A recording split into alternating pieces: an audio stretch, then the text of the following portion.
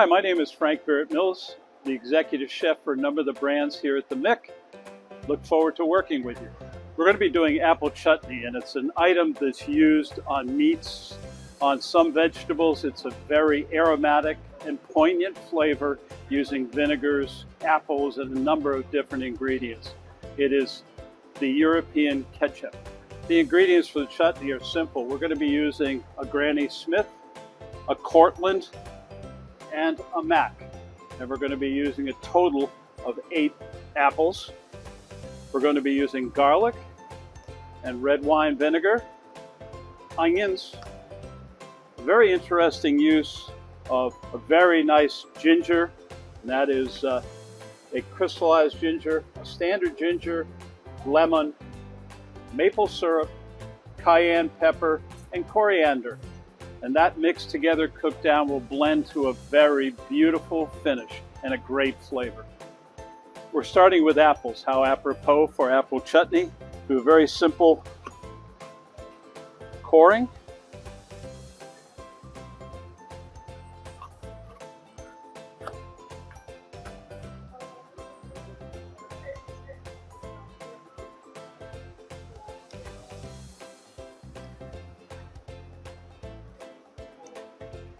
Now that we've peeled all the apples, we're going to chop them.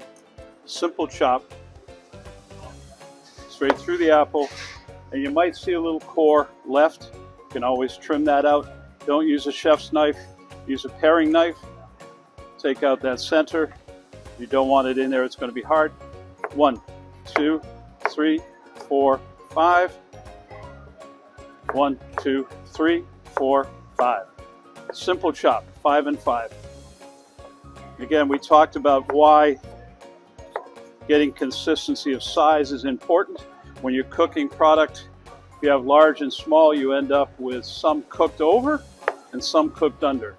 So it's really important to try to get it as close to same size as possible.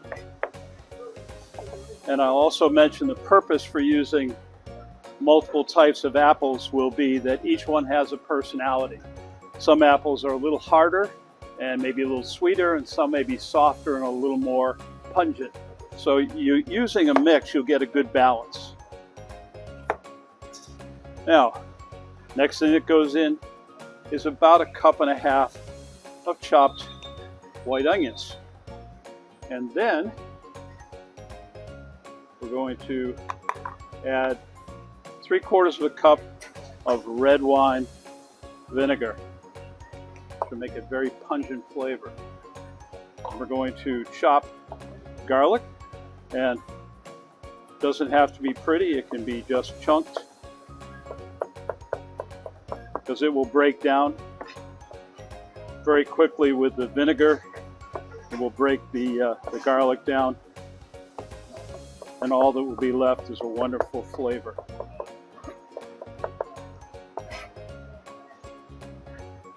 Right in the pot. Now, ginger and caramelized ginger, what's the difference? Regular ginger has a nice sweet ginger flavor. The caramelized ginger is sugary, very strong, and spicy. So I'm going to use a little bit of both. I'm going to use a couple of tablespoons of caramelized ginger and a couple of pieces of regular ginger. Now, people try to do this with all kinds of different knives. The easiest way to do it is a vegetable peeler.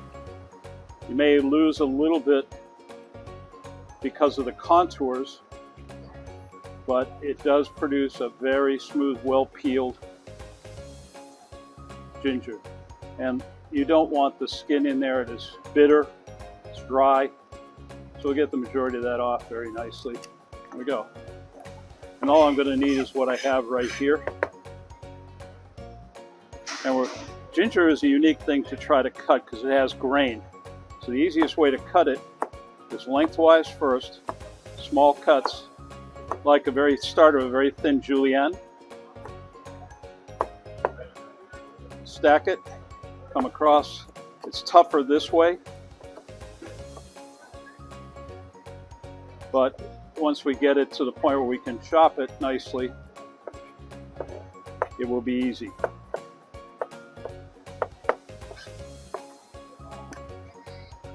You want to chop this really fine because you don't want to get a mouthful of ginger. You just want the essence. Okay, that's pretty good.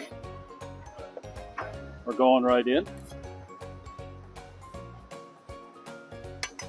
And the coriander is going in with this, and then we have the cayenne at the end. So we're going to put about a tablespoon right in there. And the lemon and the cayenne will go in the end. And here's the thing that really does it nicely: good maple syrup.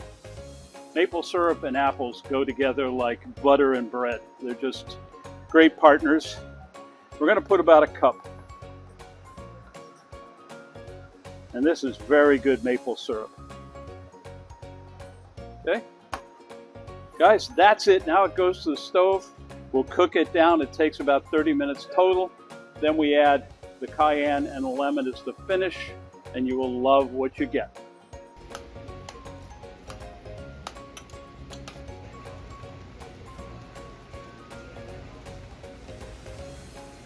With the apples, and these were not totally ripe. If you were from New England, you would have ripe apples right now, but Texas apples are a little bit harder. So we're going to add a little salt, which will help break down the apples.